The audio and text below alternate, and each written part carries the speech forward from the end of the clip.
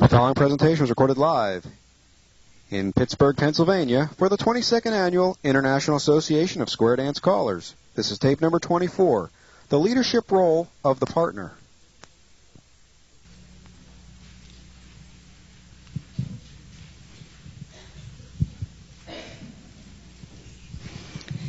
Okay, this is today's leadership role of the partner.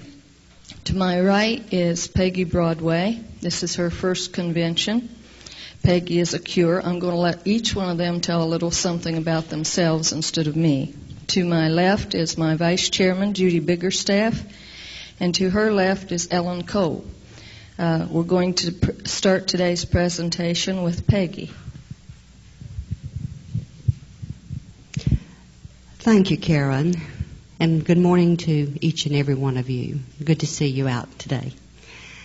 Yes, this is my first time to be here to be able to attend a CALLERLAB convention, and I must say that I'm enjoying it immensely. I'm a partner.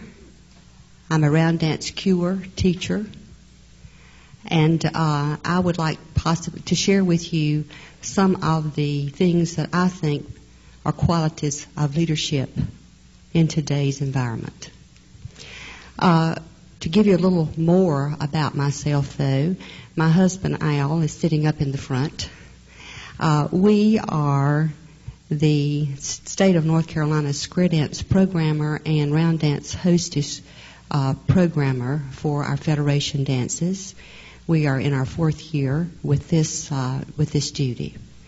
We also have been appointed to be the vice chairman of the square dance program for the 1998 National Convention that will be held in Charlotte.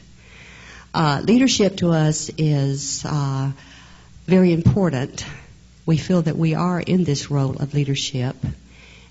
We feel that we have a lot of people that we deal with, that we want to be comfortable with. We want them to be comfortable with us. So I know there are some partners possibly out there who maybe feel that they cannot go with their caller husband to each dance. There's some of us that work outside the home. There's some of us who work inside the home. We're just so busy. We're tired at the end of the day. We feel that, oh gee, if we just did not have to go tonight, wouldn't that be nice? We must stop and think, though, that we're in this business. We need to give support, I feel, to our caller husband. We need to be there for him. And I feel, from my standpoint, I would like to talk with you as that of a round dance cure teacher and that as the wife of a caller. I'd like to share with you some of my thoughts on what it is to be a leader or in the leadership capacity today.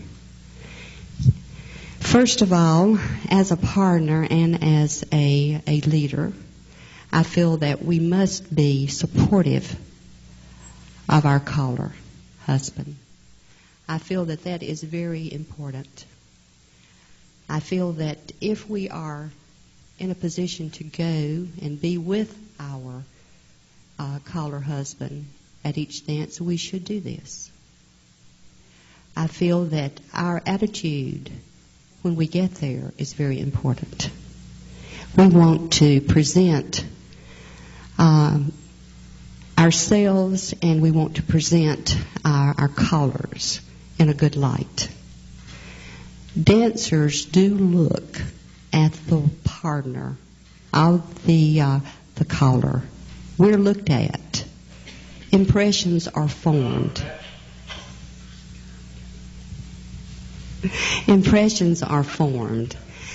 So we need to be very much aware of this. We need to show that support for our caller husband. I, as a partner, when we arrive at a dance, or my husband as a partner to me, in the round dance activity, when we go to a dance, arrive to the dance, we set our equipment up. We check the sound. We check the hall. We're sure that everything is okay. We feel that it's okay. We will walk around that hall as the dance progresses.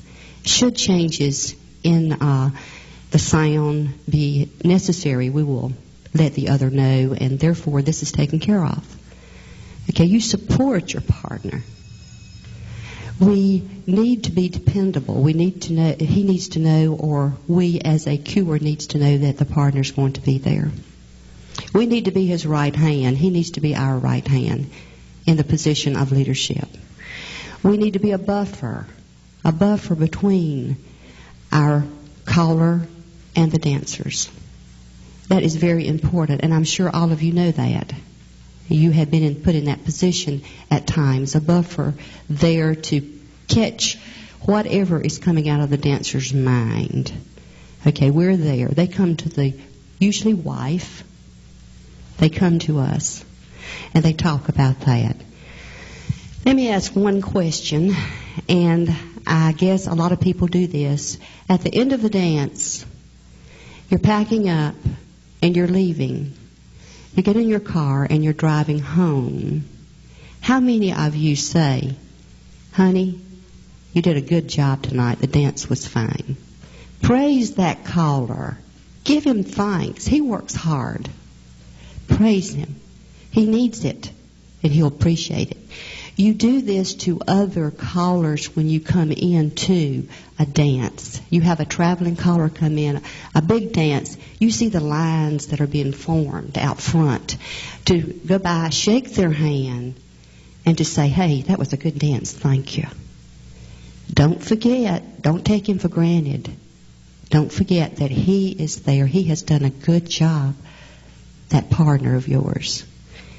The same thing holds true in the support that I get from my husband, caller, partner, in the round dance activity. I don't think there has ever been a night that we haven't gone together to a dance, whether it is, well, in the round dance activity that I have cued, or even a class, that on the way home, I have always been told normally, you did a good job. That makes you feel good. It makes you especially feel good when it comes from your partner, more so than other people. Being a good leader is communication. Being a good leader is being there for each other, helping in any way you can. I know, as I said a little earlier, that there are times when you don't feel like going. You're busy, you just had a bad day, and you say, gee, let's just stay home tonight. I don't feel like going with you. That's fine. And if you feel that way, if your attitude is not going to be in it, of support and being there for your caller, or being there for the cuer, if it's not going to be there, the best thing to do possibly is to stay home that night. Be open, be honest, tell it like it is. But tell it in a way that doesn't ruffle. It doesn't cause waves. We should watch ourselves. The getting along with people is one of the main things in any activity, whether it's your work, whether it's your neighborhood, whether it's your dancers. It's one of the main things. People always like to be remembered. When you go to a dance, you haven't been there before, a good leader tries to remember the names of the dancers. That's hard. It's easier for 10 or 12 or 20 squares of dancers to remember the caller, the cuer's name than it is for we as leaders to remember all the people's names that are there. Figure a way of association so that you will be able to remember some of the people's names. It always feels good to go up and be introduced to someone and to say, hello, how are you? Walk away. An hour later, come back and they call you by name. Doesn't that make you feel good? Okay. Give them a smile. Make them feel good. Remember their names if you can. I know you do this at your own clubs. You know everybody there. But it's always good in the leadership role to remember people's names. Be very comfortable to be around. A good leader shows that they are comfortable to be around. Don't go in with a bad attitude. Be easygoing. Don't be high-strung. Be very comfortable to be around. Make the dancers feel comfortable. How many of you, when you go in with your partners, go up to, sometime in the evening, go around and say hello to all the dancers that are there? I do. I try to. Okay, is this necessary? Should we as partners do that? I feel we should. I feel we should say hello to every dancer that's there that we possibly can say hello to. Being around Dance Cure, I try to do that at all dances. Being that as a partner to a caller, I try to do that at all dances. There's some that come in late that you don't get to see. Maybe you'll say, well, gee, I didn't see you earlier. You know, where you weren't here. Talk to them. Say hello to them. Give them a smile. Give them a yellow rock. Give them a hug. Be a good leader in that. This will help the attitude of the dance. You'll be surprised. Acquire that knowledge of being easygoing and easy to get along with. Work on it if you need to. A good leader tries to acquire this. You want to try to please as many people as you can. And I'm not saying that you have to please people in order to make yourself unhappy or miserable. You don't want to do that, but you want to please as many people as you possibly can. Don't be a know-it-all. How many of you have ever gone to dance and you start to say something and somebody hops up and says, yes, I know this happened, but this was worse than that, or I know all about that, and then they'll stop and give you a long speech, I would say, on things that's happened to them. It's not very pleasant, and you try to get away. You're not hearing everything. So don't be a know-it-all. Listen. That is one of the best things that we can do, is listen. We don't want to be that. Learn to be an interesting person. It's hard sometimes to go up and just talk with people. And you need to learn to be interesting. You need to read the paper. You need to know what the current events are. We need to get involved and know enough about other conversations. One way to be an interesting person is to start a conversation and ask, well, what do you do, or what do you like to do? You know, do you ski? Do you go boating? Are you a golfer? Let the people talk. And they think that it's great. You're interesting to them. You're interested. I don't think any of us want to go in, and how many of us, I'm sure there's some out there that go in and say, well, the grandchildren did this, and the grandchildren did that, and the grandchildren did this. We love our grandchildren. But sometimes when we talk about one subject so much, so often, and so long, it's very boring to other people, even though it's a very dear thing to our heart. So learn to be interesting. Eliminate any of the, shall we say, scratchy elements that other people don't like about us. Okay, we like ourselves pretty much, but what is there about us that other people don't like? Stop, sit down, think, listen to yourself. What is it that other people don't like about us? Find out what that is and try to work on it. Try to eliminate it. Try to change it. Never ever miss a chance to give a compliment, to say I'm sorry, or to extend sympathy. Sympathy sometimes we think is extended only at times of death, bereavement. But we can extend sympathy at the failure of another dancer obtaining a goal that they wanted to obtain. That is a form of sympathy. So always be ready to extend compliments, to say congratulations, to be right there to help people own with their goals, to say I'm sorry, and to say I'm sorry this didn't happen for you. Think about it. As partners, think about these things. Work at liking people. Work at liking people. You need to work at that as a leader. You need to like people. There's some people that, you just don't get along with. But if you work at this, if you think about it, and if you work at liking people, then 9 times out of 10, you're going to find something good about that person that you can like. There might be 99 things that you don't like, but there can be one good thing that you do like. Think about it and work at that. Try to heal any type of misunderstanding that is in a club. Try to work it out.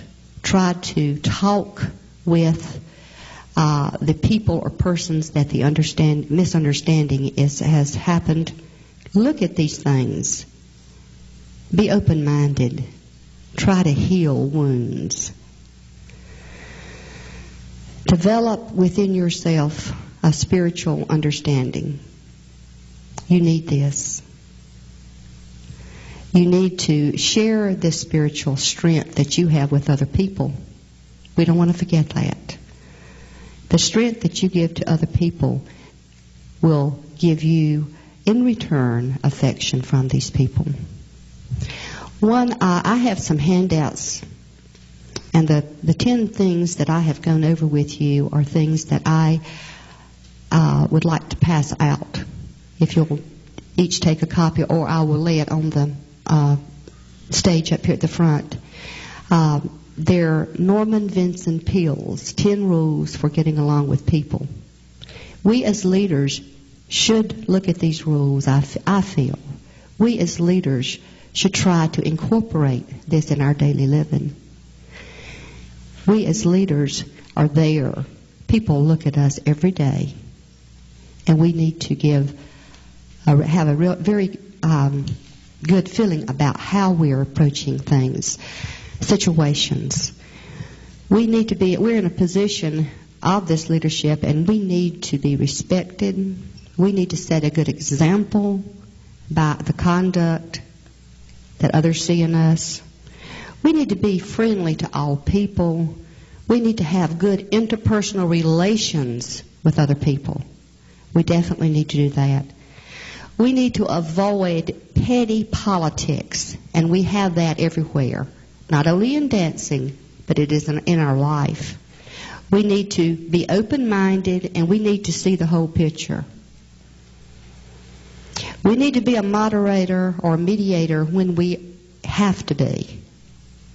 If people want to share their problems with us, it's good for us to be there for them, to listen, to offer whatever we feel is necessary. We need to do that. We should never, ever forget, though, that we're in this activity for the dancers. We need to remember that. And as for the partners, I think one of the main things, if we'll just keep this in our mind, is that we need to always remember and present ourselves as a lady, as a gentleman. That is very important. If you keep those qualities there, the others will follow. And I probably took more than my time, but thank you very much.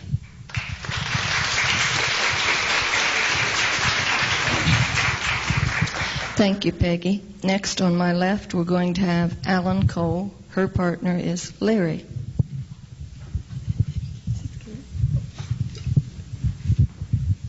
Thank you, Karen. My husband is Larry Cole, and he's been calling for about 23 years. He's now serving on the Board of Governors for CALLERLAB, and he's chairman of the Mainstream and Basics Committee. We joined CALLERLAB in about 1981, and we've been calling at nationals and state conventions and weekends.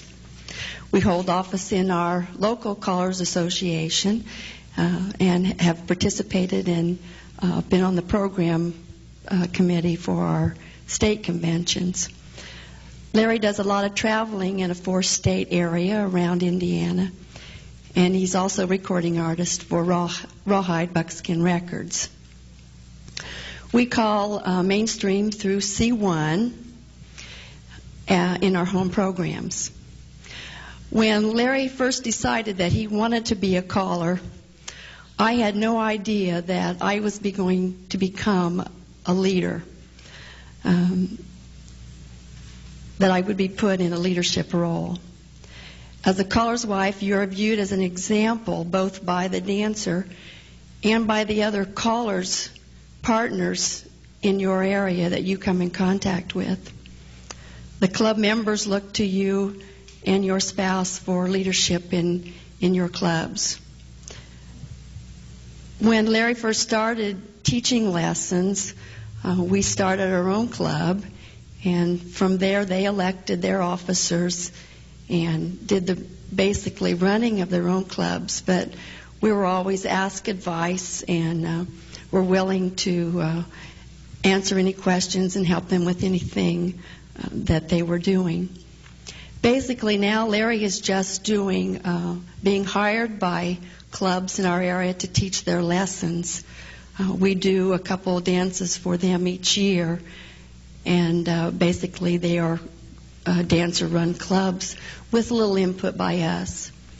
We do run a home program with an advanced and a challenge clubs that do meet once a week, where I basically am in charge of setting up the hall and making the coffee and taking the money and checking the bathrooms and turning off the lights when it's time to go home.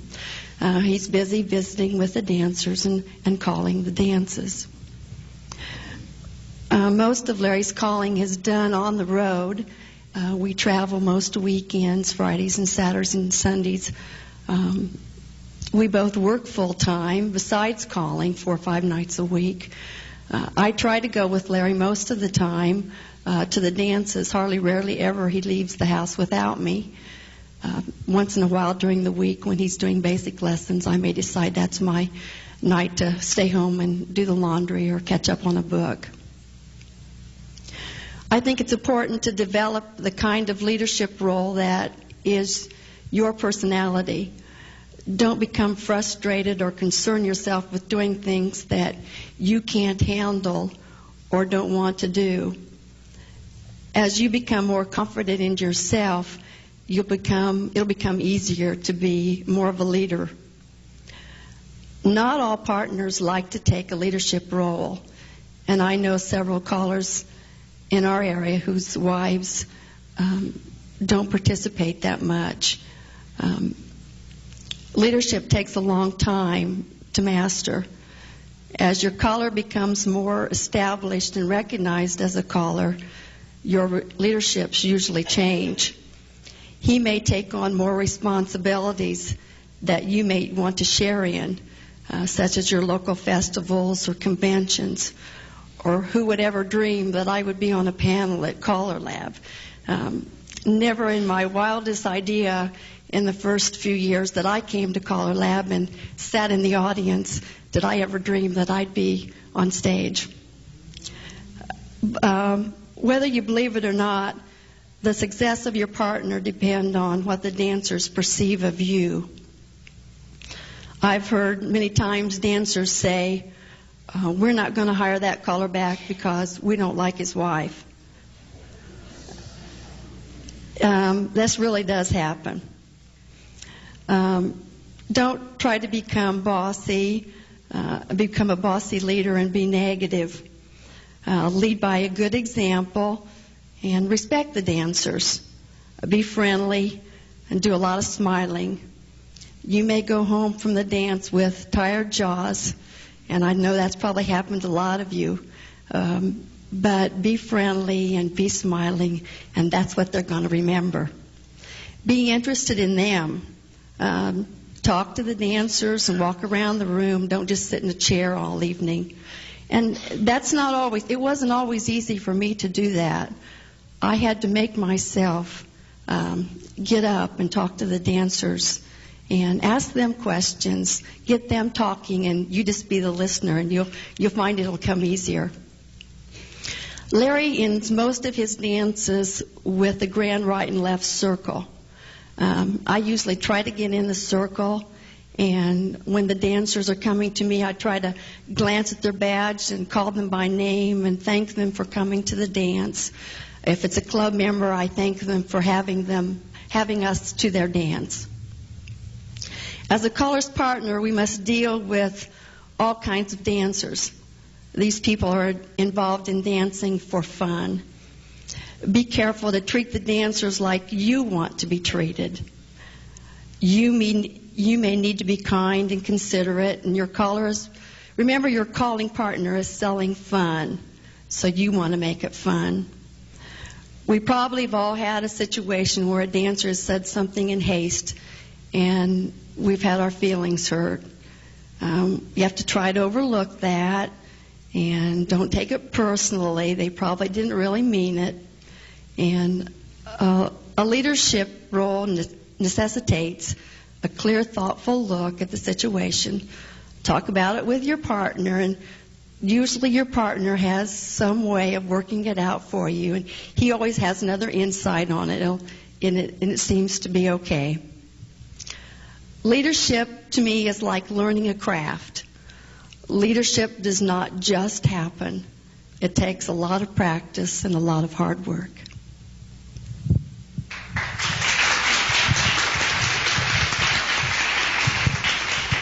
Thank you, Ellen. Our next speaker is Judy Biggerstaff, and her partner is Jerry from North Carolina. Let me tell you all about my new grandchild. Because I am a new grandmother, and I'm proud of it. Jerry and I have been square dancing for 26 and a half years, or 26 years, and he's been calling 25 of those.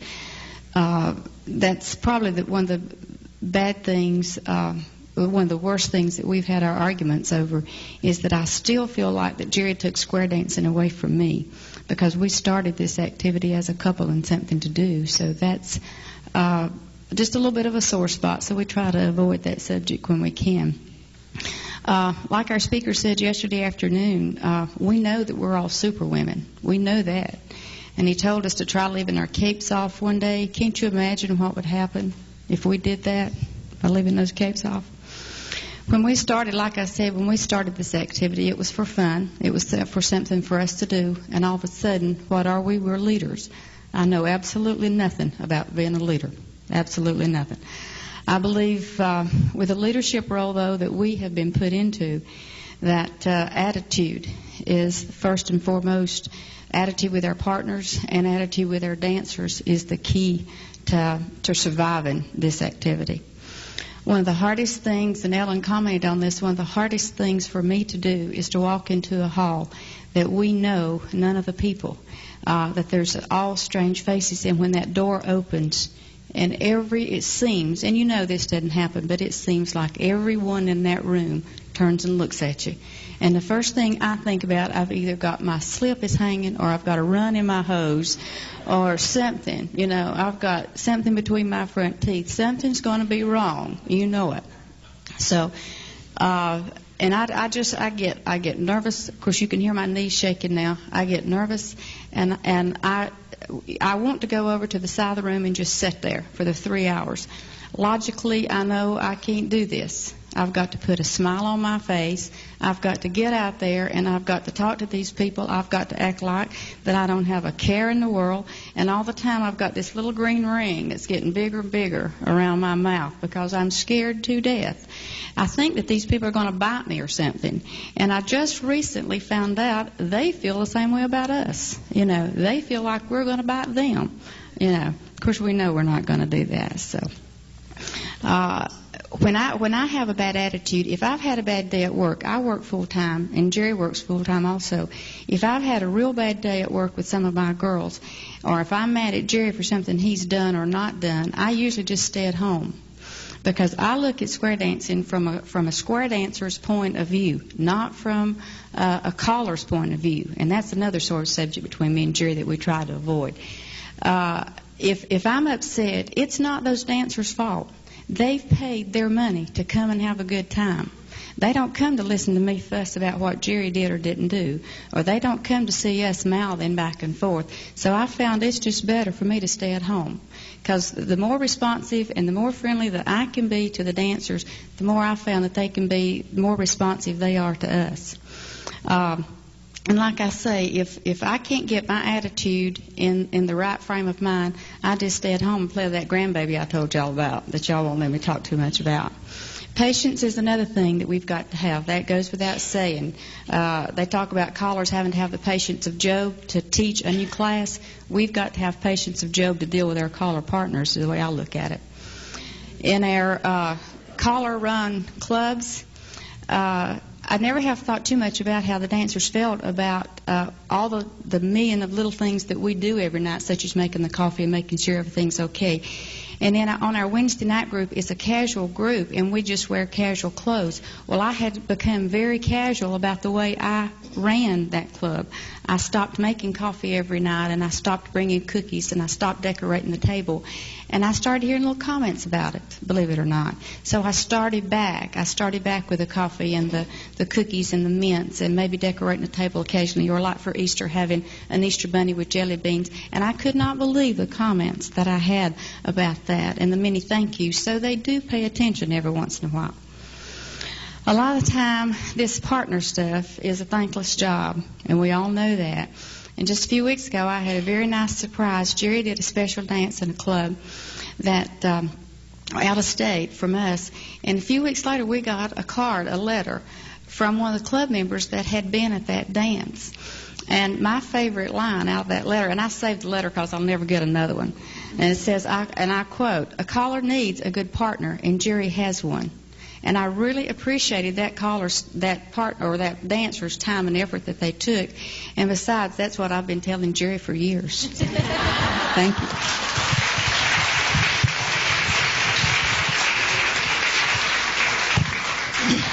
Thank you, Judy. Judy's being very modest. We do a few weekends with them, and Judy's dancers, I can tell you, truly look at her as a good leader. All you would have to do is walk in, and she's got a whole club that stands as a welcoming committee at the door. Instead of dancing, they're standing there welcoming people. And when you leave that hall, they're all there. They're not dancing the last tip. They're at the door with Judy, thanking people for being there. So she's being very modest about not knowing how to be a leader. She's doing something right. My name, of course, is Karen Rippeto. Keith and I have been dancing 27 years, and he has been a caller for 22, almost 23 of those. He is chairman of the RPM committee, and I, of course, am chairman of the partners committee. I'm hoping that I just seen Bill Peterson walk in, and his wife was to be doing what I'm doing, and Bill said last night, "Would you like me to come do Kathy's part?" Is that why you're here, Bill? I didn't say that. I didn't carry over, I could have said anything. Yeah, I started. I guess he's wrong, but I'm glad he's here. And Kathy would love to have been here, but her mother's very ill, and she could not be. We kind of last night went over what everybody was going to say, and I guess mine, before we go into some role-playing and make absolute fools out of ourselves, that I summed it up into 10 aspects of being a good leader partner. Number one, in covering everything the other three has said, is the professional image and the way you sound is very important, I feel, as toward your partner's career and just toward the attitude that people feel towards you. In looking good and sounding good, it sends a positive message to the dancers. Smile. A smile makes them feel like you're in control and confident, whether you are or not. Effective verbal communication. Be straightforward, clarity of expression, but not domineering. You can do things, but do them in a diplomatic way. Some examples, there are little key words that our speaker yesterday kind of went into. That is expressions that you should avoid, and we all catch ourselves saying them. And a few of those are kind of, maybe, I think, just been, it depends, perhaps, sort of, or doesn't know, and you know. These are statement weakeners, and when you use these trying to get your point across, you don't. They weaken your message instead of strengthening it. An example would be, but I can't understand why. Or you could say, this looks fine, yet I don't know. I don't think we should initiate this project. Everything's on a negative key in these statement weakeners. And never say to a person right off, I disagree with you. All at once, if you disagree with someone, whether they're right or wrong, you make them feel they are wrong. And you're all at once opponents, whether you want it that way or not. Number 3 on this is avoid meaningless apologies. There are always times that an apology is suitable, and plenty of times to say a truly, I'm sorry. But if you're constantly apologizing for your actions, then you're really imposing on people. Some of us apologize automatically and don't even know we're doing it. And in meaningless apologies, by that I mean, an example, you go up to ask someone and you say, I hate to ask you to do this, but you're apologizing before you've even, instead you could say, would you please locate the information on, that's better. Or you could say, I would appreciate if you would, and there again, you would appreciate it, but you could do it too. Instead, you could say, I hope this, I got the horse before the cart. One that you're apologizing before they've done it, you say, I hope this won't offend you, since this really isn't my intention, but there again, you've apologized and you haven't asked them anything yet. But you could say, I understand that, or I have learned that, or I realize that, and ask them in a way that's positive instead of apologizing. And I find myself, I'm the world's worst at this. I apologize for everything. Whether it's my fault or not, I'm apologizing for it. And Keith's always saying, why are you apologizing? What did you do for that? Not necessarily to him, but to the dancers. And I'll think to myself, I don't know why I'm doing this, but I do it, you know. So communication is a 50-50 proposition. It helps do your part in getting the message across to others from both you and the caller. In today's high achievement atmosphere, we are judged a lot on what we do. Whether we know it or not, we are judged by the dancers, by other callers, by their partners on what we have achieved and what we do. We must first have a lot of stamina. We must expect and be able to handle conflicts because they're going to be there, want them or not. We must compartmentalize our lives. For example, when you're at play, forget square dancing. When you're doing household chores, forget square dancing. When you're at your daily job, forget square dancing. And especially when you're on vacation with your family, forget about square dancing. If you can just do these and start one by one, you're doing a mental discipline act on yourself. That then when you do return and you are at square dancing and thinking about square dancing, you can put your priorities in order and you can work harder toward them. But if everyday life, everything you do, you've got to be thinking in the back of your mind, this for square dancing and that for square dancing, you don't really fully enjoy or achieve at any one thing.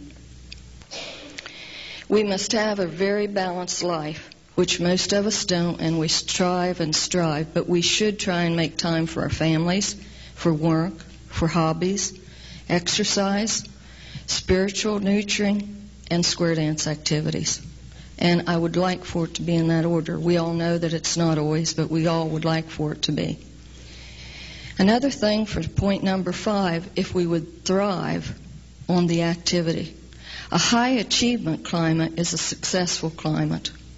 and this is one that's more likely to succeed. Set goals that will make yourself stretch and grow and learn. This brings enthusiasm and dedication to the activity and the family as well. Seek out the good that you are doing. Focus on something that you're really proud of, and this makes our work a little more meaningful. You won't be asking yourself all the time, why am I doing this? Number 6, be a real take charge person. We are often judged on what we've done, like I said, and you don't want to step over your boundaries, but yet you can be confident on the job, show confidence. In today's world, the sorry, it's not my job, just isn't acceptable. There's too many of them today that, sorry, that's not my job, I can't do it. It's not workable and it's not acceptable, especially when you're a leader. When there's something needs to be done as a partner, do it if you can. If not, find the proper person that can do this for you. Cultivate this approach to your life and you'll do well.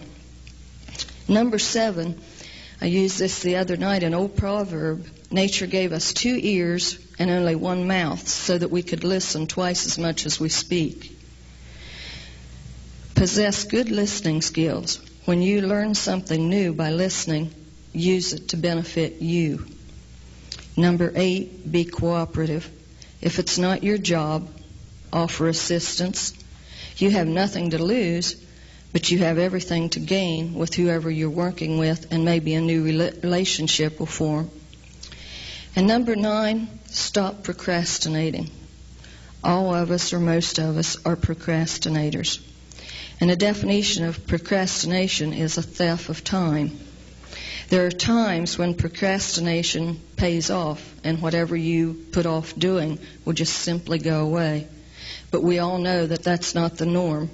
Usually the problem doesn't go away, it just multiplies and multiplies. Whether it's cleaning out the closets, if you keep putting it off, it just gets messier and the dust gets thicker. And then you open the door one day and it hits you in the face. It's all still there. Or if it's filing, you just keep adding to the pile and adding to the pile, and then you look and it's slid off the desk onto the floor. It's still there. So instead of procrastinating, if you would just take a few hours and set yourself some goals and start in a small way, say on the filing, set aside 30 minutes each day and faithfully determine that you're going to file for 30 minutes. If you don't, if you do 15 minutes, then the next day try to add your 15 minutes onto the 45. But keep with it. Don't give up. Keep thinking positively. Thinking negatively will give you a million excuses not to do the job. Shuffling papers from one desk to the counter to another desk around the house should not be done. You should handle paper one time. If it's something that needs a response, answer it and get it over with.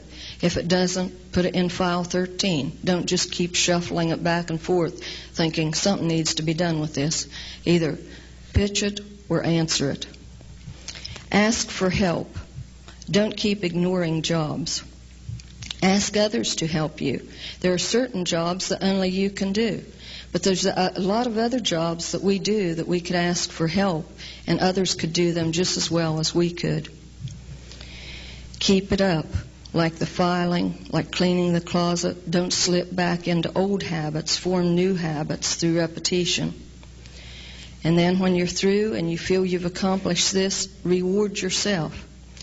Pat yourself on the back. Or tell somebody that's a really close friend that you know you're not going to get negative feedback. They're going to give you back positive feedback. They're going to be proud that you're proud of yourself. And then go out, buy yourself something. Go to lunch. Do what you want to do. Reward yourself. Because all at once, you're no longer procrastinating. You've accomplished what you wanted to do. And number 10, and probably the most important, is the critic in us. As a partner, don't take everything so personally. Don't create a black and white world. It's not. Don't make things seem worse than they are. Sometimes they're not. Don't automatically blame yourself for unpleasant happenings, even when they're out of your control, which, like I said, I'm the world's worst at that. Everything goes wrong. It's my fault. Focus on the war, not the battle. You can very easily be labeled as a troublemaker if every minor thing becomes a battle. Distance yourself from the issue so that you can gain objectivity. Before taking a stand, you don't always have to jump in with both feet and fight. You can experience and walk away, and experience will teach you which issues are critical that you must fight for and which issues should be let go and left alone. Reasonable minds, Judy and I, for example, can differ and maybe often do. So don't be dead set that your way is the only way, that there's no other way to do this. Focus on the task and what has to be done, and which is truly the best way to handle that. Not that it's your idea. It doesn't matter whose idea it is. It's getting the job done that counts. This song is the front side of your cassette. Please turn your tape over and begin. Better to remain silent and look stupid than to speak and remove all doubt. If you don't have anything good to say, then maybe it's best you don't say anything. And when feelings are getting out of hand, remove yourself from the situation completely. And last but not least, apply the 5-year rule. When something's happening in your life that you're trying to figure out if it's right or wrong, ask yourself, 5 years from now, is this incident going to make a difference in my life? Or if I react in this way, how might my actions affect myself or my partner's future? Patience and restraint are the hallmarks of a truly professional leader. When you develop these characteristics, you not only do better for the square dance activity, but you do better for you and your partner. On some of the handouts we've got up here, my daughter works for the IRS, the government, and they have a paper published monthly by Leslie Charles. She's president of Training Works Incorporation. And there's several of the handouts that I have copied from that, but in one of them, Lift Your Spirit, she has this little thing on perspective. And this was in a leadership capacity. And it says, I don't have to have it all or be it all. I don't need to do it all or know it all. What I do need is to know who I am, know what I want, know what makes me happy, and know how to get my needs met. If I can do that successfully, all the rest will fall into place. The lady that owns this company and puts this paper out for our national government was 29 years old when she wrote that and earned her GED. So we can all be good leaders. She proved it, and we could too. Now when I finish here, we have got some real-life enactments that have happened to one or the other of us. We have a fill-in. Judy's husband, Jerry, couldn't be here because he's at a station, so acting as her caller husband is Mr. Jerry Junk. My husband is in a panel and can't be here, so acting as my husband is Jerry Junk. So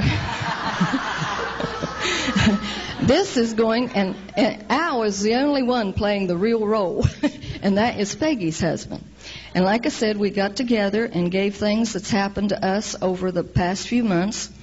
You have to give us a couple minutes to set up, and I'll give you the setting of what these problems are, and we're going to show you the way they happen to us, and then hopefully we're going to show a way that it could have been just a little bit better, we think.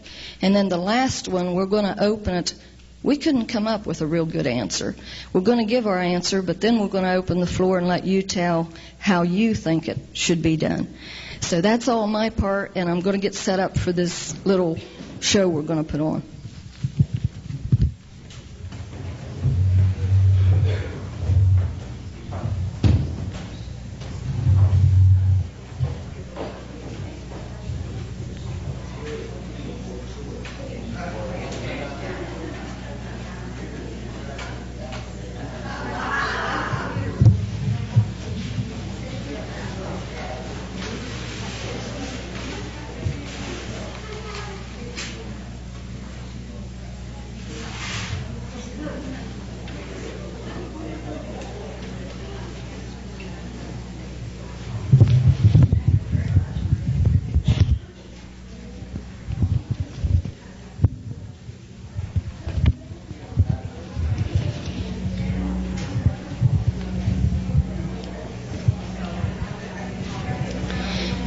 Okay, the first scenario that we're going to present is a traveling or visiting caller.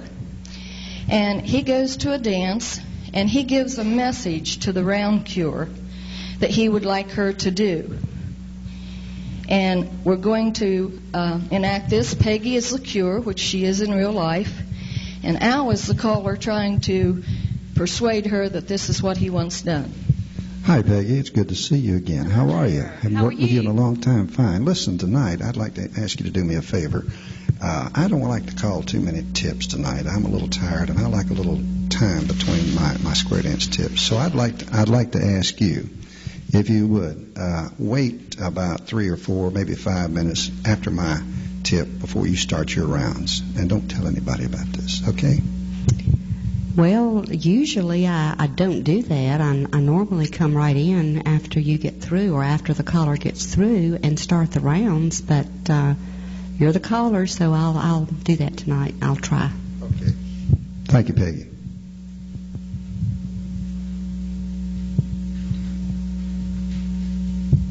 Peggy, I've got a problem. I paid hard-earned money to come and dance. I have sat over there on that sideline while this caller sits there, and you're off over there running your mouth. Now, I'm tired. I want to dance. Well, my goodness, I don't want to hear it. I come to dance, and I want to dance. Well, what Is that all you've got to say? I guess not. Well, I can just go home. Well, I'm sorry you feel that way. Hey, the caller told me to do that. Oh. Okay, now maybe in the beginning, maybe Peggy could have handled it this way.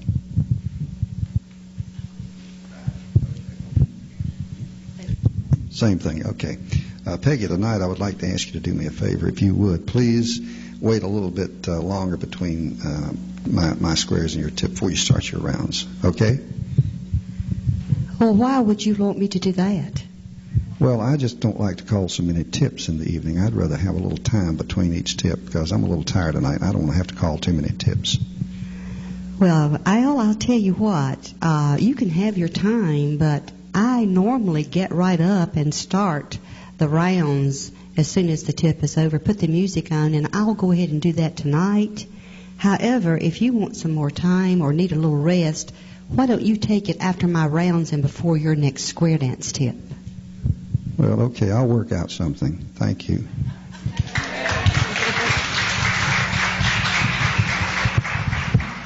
Okay, the next scenario is a very inexperienced caller, an instructor, that's hired by a square dance club to teach classes.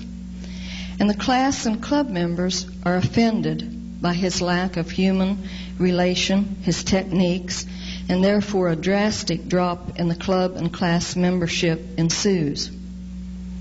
You got to pretend that Judy and I are a whole square of people, y'all.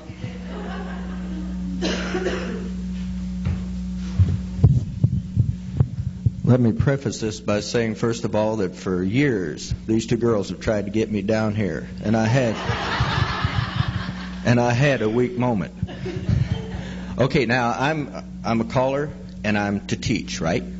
Okay, now I'll tell you what, you guys, let's get out here, get on this floor, and get this thing going, because we want to get through these lessons so we can get out to the club dance as soon as these lessons are over and we can have a good time. We'll just try to get through this. Now I want to teach you a thing called star through.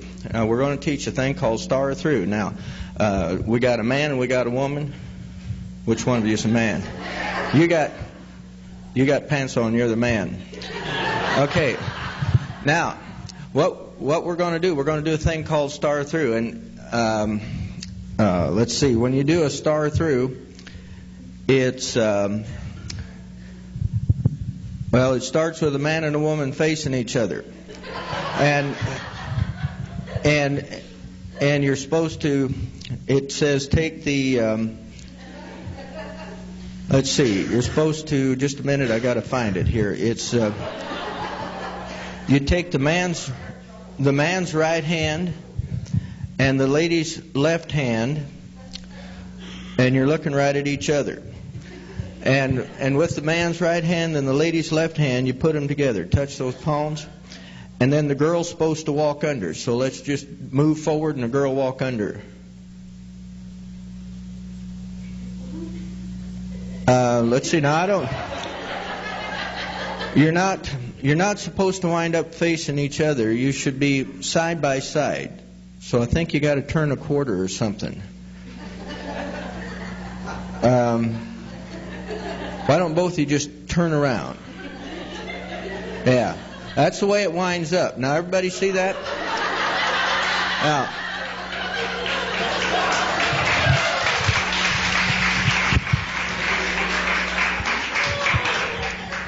Did you get anything out of that tip? Not a thing. I think I'll just go home. Again. Well, you know, every week the people we started out with, we're the only two couples left. And we've been here 12 weeks. Look like we'd know something by now, doesn't it? I'm with you. Let's just go home. Okay. Now, if this situation was done correctly, and you had a good caller with some experience, this might be what happened.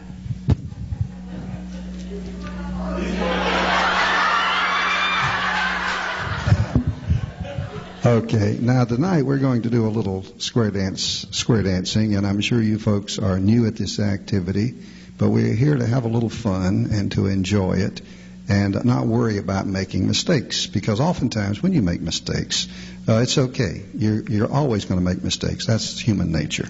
So don't worry too much about it. Now we're going to do a little thing called a star through here. Now, a man is facing a woman, and that's a nice thing. A man facing a woman, you know, I mean, after all, that's the way it was supposed to be. Now, the man should raise his right hand, palm up. Lady should use her left hand, palm up, touching hands. Now, you're going to do a little thing called a star through. The man is going to move forward, turning a quarter to his right. The girl is going to move under the arch, turning a quarter to her left. You're going to finish standing side by side, facing the other wall. Now, this moves couples, or rather two people, from a facing position to a side-by-side position. So if you make the arch, move under, and the boy moves around behind the girl. So try that one time. Star through, stand side by side, and you did very well. Now, if you had made a mistake on that thing, it's okay. So don't worry about making mistakes. Mistakes are a normal part of it. You did very well. Give him a nice hand.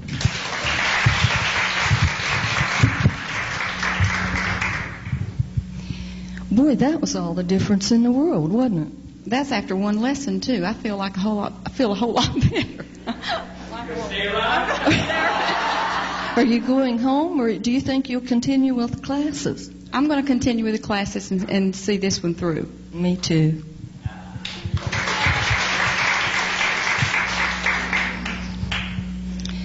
Okay, that one we're leaving till last. This situation is a past club president who is reluctant to relinquish their leadership role. Spit it out, Karen. They've been in office 2 years, and now all of a sudden they've got a new president, and they want to be very possessive and domineering at all times. And the new president could not carry out his duties because of the conflict of the old president. Okay? Who's doing this with me? You do it with me?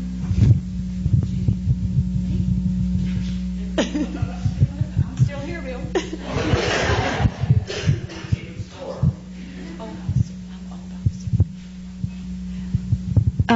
Judy, you know, you're the new officers for the club this year, but, you know, we've never really had that dance that way before. We've never done it that way before. I think we ought to do it the way it was always done before. No, you've got to do it the way... No. I'm the new officer. I'm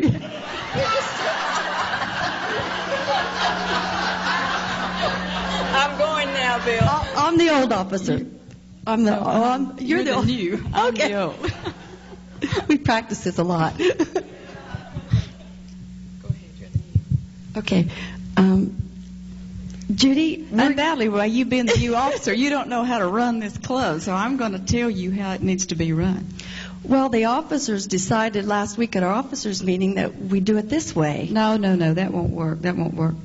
Yeah, I think that's the way that we've all voted to do it, and tonight It doesn't when we matter what they vote. No, we've always done it in the past one way, and that's the way it needs to be done. Why change a good thing? Well, I think I'll take it back to the officers, There's no use in doing that. Just we'll forget decide how this dance is going to be, how much we're Look, going I've to been charge. in it longer than you have. I know more about how to do things. We'll just do it our old way. Well, okay? we'll let you know, Judy. Okay. Okay.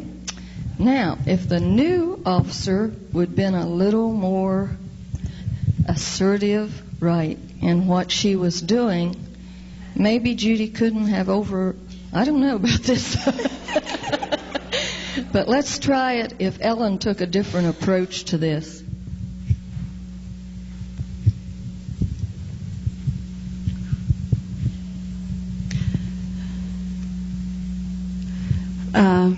Are you the new officer? I'm the new officer. Let me tell you how we used to do it. Well, We didn't do things you that didn't way. used to do it that way before. How did you used to do it before? Did you collect the money at the door? We always collected or did money you at sell the door. tickets beforehand? Always collected money at the door. Well, this time we thought it might be easier if we sold the tickets beforehand. That way nobody'd have to sit at the door and take But the we've money. never done that before. Well, the officers are going to take a new idea this time, and we really think this will work this time. And not use my old ideas? Not use your old ideas. I think your ideas were really good in the past, and what you did was really good, Judy. We really liked those. But this time we're going to try something really new.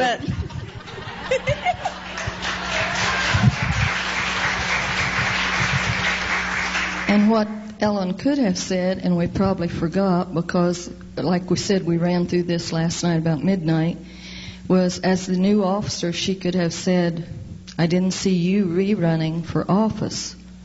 So that's a statement maker. Okay, this next episode is Ellen and myself. This was an actual happening, and all that's happened is I arrived at a dance with Keith. I went around and said hello to everybody, and then I go over and sit down because he started the first tip.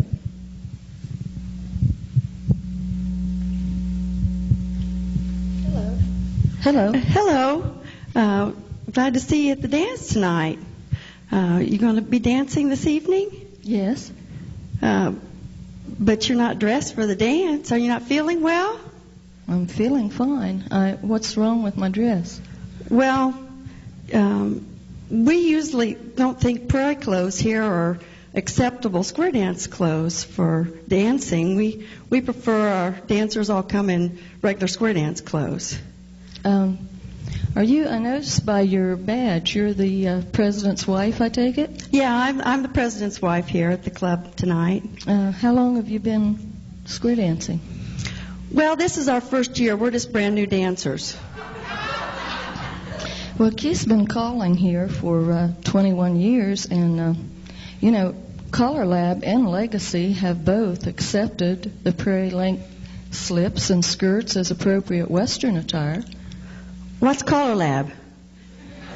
Well, CALLERLAB and Legacy is a couple of institutions that try to develop leadership for dancing and set goals, that clubs and callers can go by. And it's perfectly acceptable by them. I'm sure you'll see other people in prairie length dresses. It's perfectly acceptable as square dance clothes? Yes. Well, we might have to find out more about that at our club. Do you prefer I still don't dance? Well, for tonight, I think you better not dance at all. You just, because we don't think you're dressed appropriately for our club. Okay, I can handle that.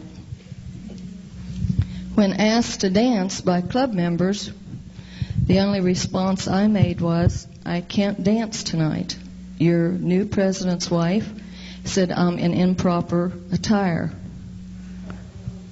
So that's one of them, and we're going to open up to the floor. We will be back at this club in 2 weeks. We haven't been there in a year. Judy said, what are you going to wear? And I said, you can bet it's not going to be prairie length. But if we open this to the floor, I'll put the mic back in the stand, and we've got one other one we'd like to let you do, the audience solving. But come to the mic, please, and give your comments on this last one.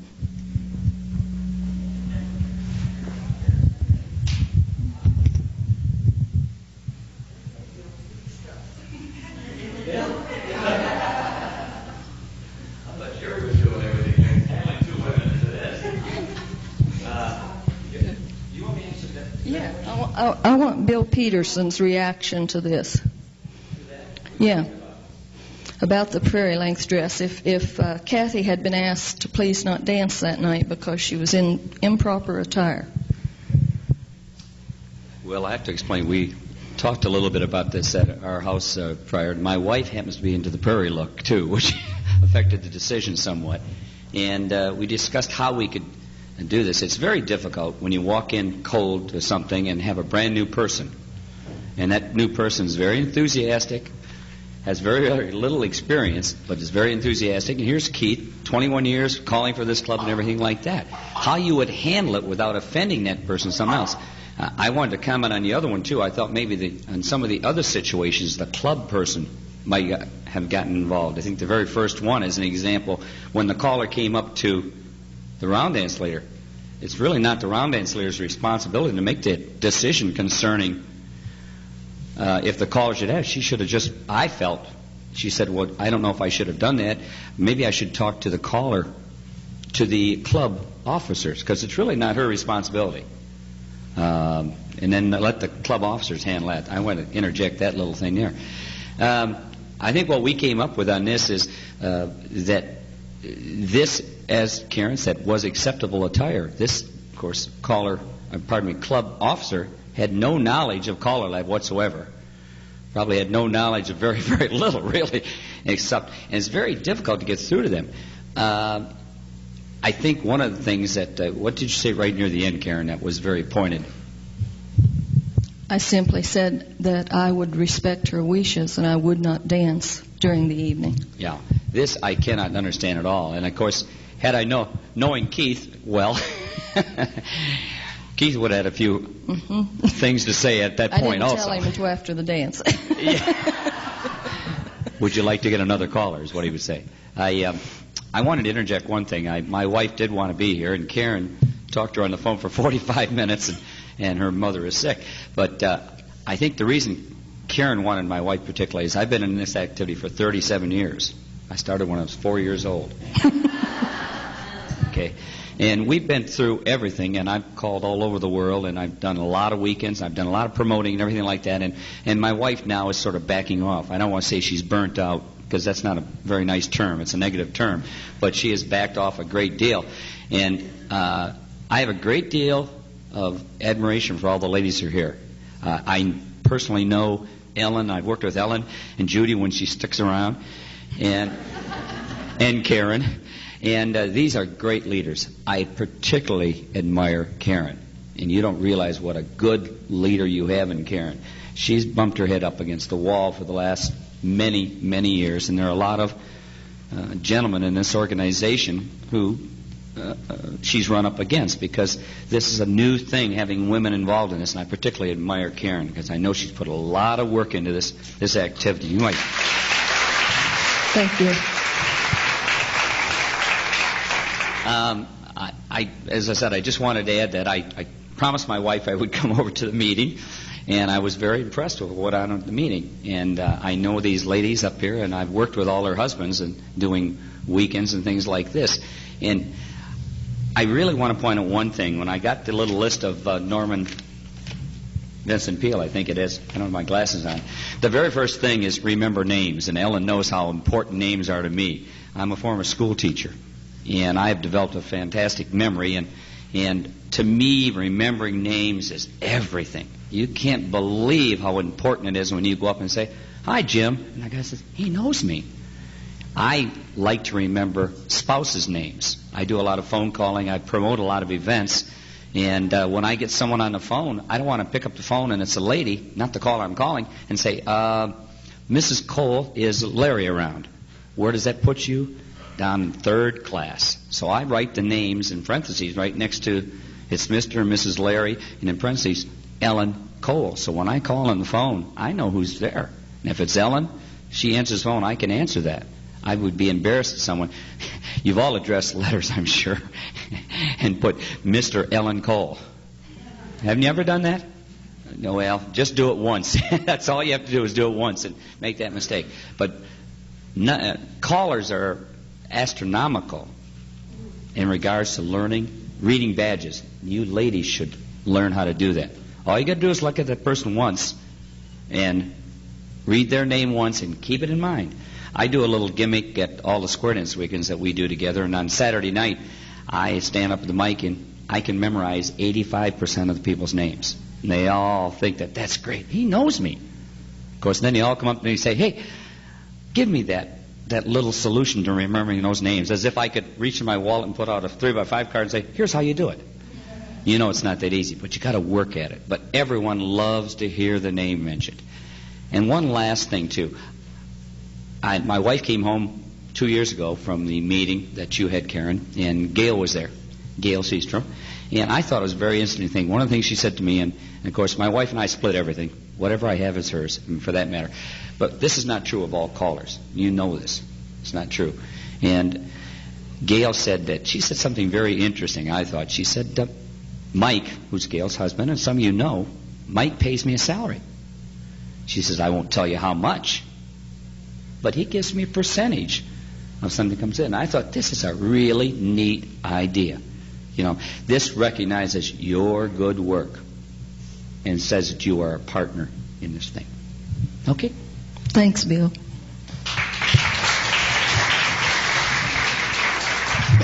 Kathy. Kathy Davenport from California, formerly Pennsylvania. In response to your little scenario, Karen, I think I would have danced. You've been there for 21 years, and the dancers know you, and they obviously love you both. And I think I would have just said tough and gotten up and danced anyway. The other dancers asked you to dance. You didn't just get in. You wouldn't have just gotten into a square. My only hope in doing that was that these were older members that I've known for years that asked me to dance. And I was hoping by not making a big problem out of it, just simply making a statement what I had been asked not to dance, that it would resolve itself. You know, they would take care of it for me without me having to involve myself or Keith. And like I said, it's been a year. We'll be there in 2 weeks, and I'm anxious to see. And I may wear prairie clothes. I would.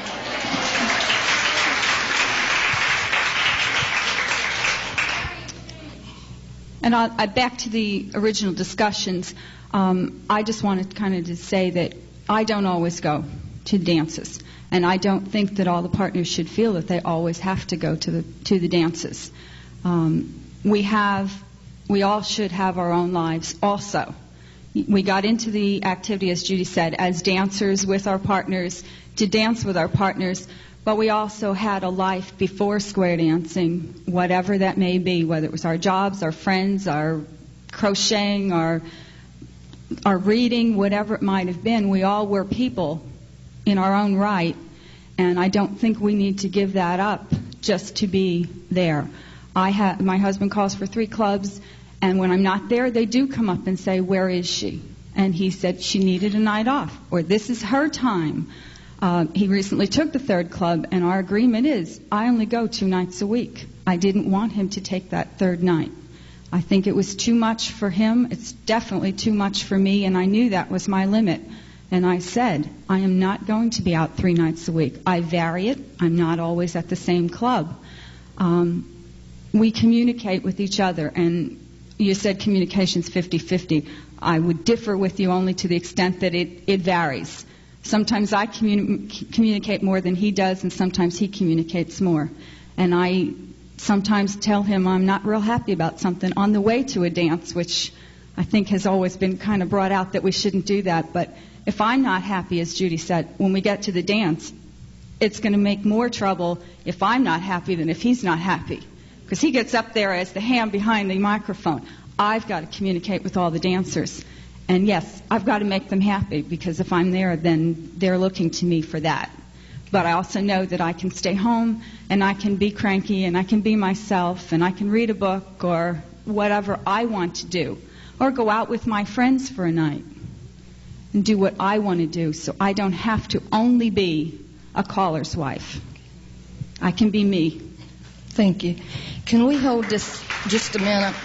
Just stay there, Jerry. We've got one last that we want to get on, and then we'll finish out. We've got about 15 minutes till break, and then the floor's open to all of you.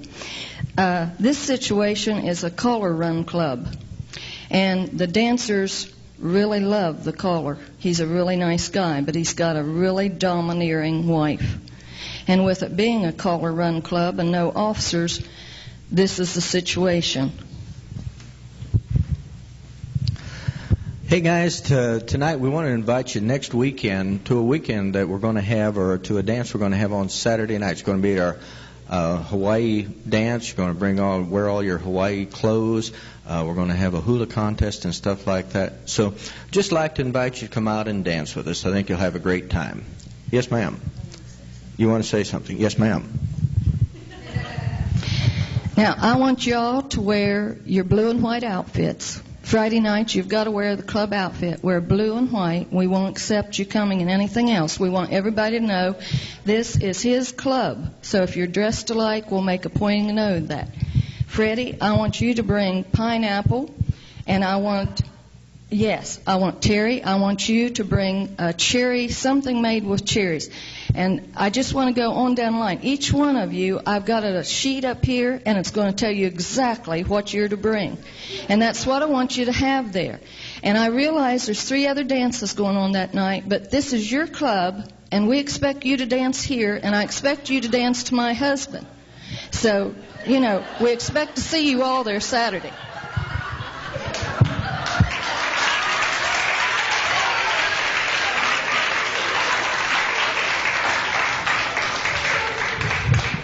The floor is open.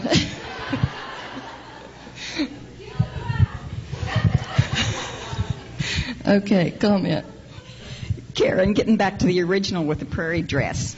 I had the same thing happen, only to a new student. An older club member did not want the prairie dresses brought into square dancing, so she was telling the new class they could not wear them.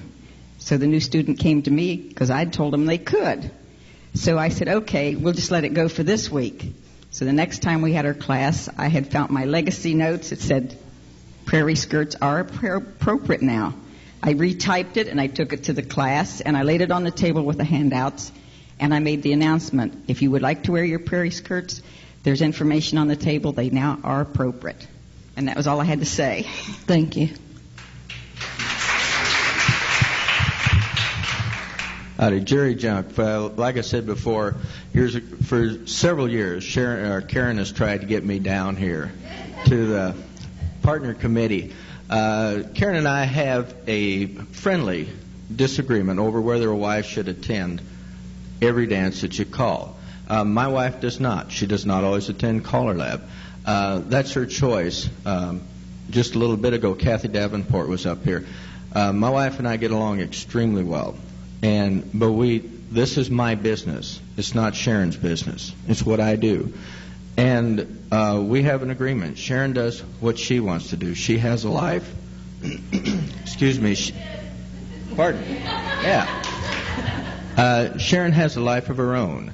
And she's a person. When we are in Mesa, Arizona, 6 months out of the year, she attends 350-some dances with me in those 6 months. And she never misses a one. She does all my running. She does everything. But when summer comes, Sharon's on vacation. And it works really well for us. It's not for everybody, but it works well for us. And make whatever you do work for you. Each one of you is an individual. Each caller is too. My wife supports me very, very well, but you don't always see her. And I have a lot of time when I'm traveling. So, are you married? Yes, ma'am, I am. And very happily.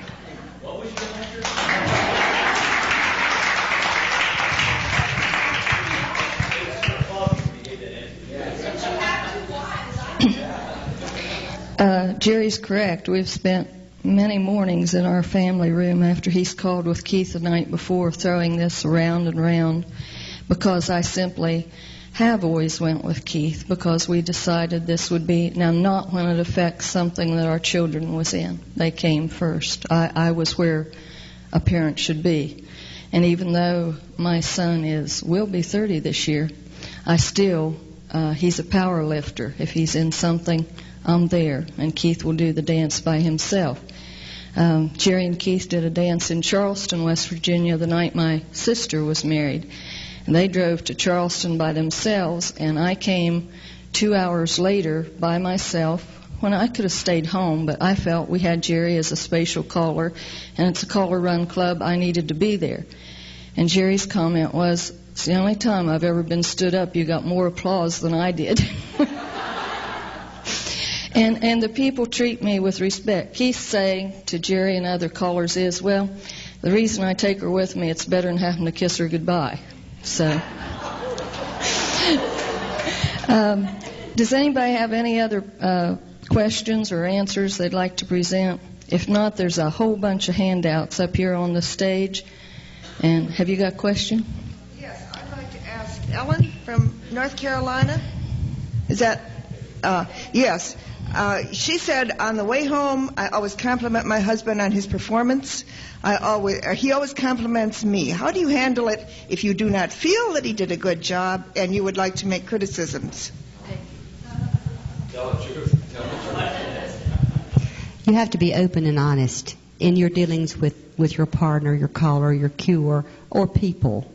So you must be honest and open with him. If I feel that there is something that did not work good that night, we discuss it. But how do you discuss it? How do you approach him with it? Be careful on how you approach him. Don't just come out and say, "You did a blankety blank job tonight. It didn't go good." I mean, use some tact.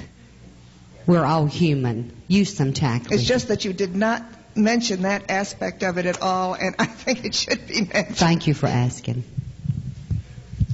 Okay, if you all get your handouts, and I think you'll like this afternoon's presentation, and it will deal a lot with the prairie skirts because Anna's going clear back to the origin of where the clothing started. So thank you very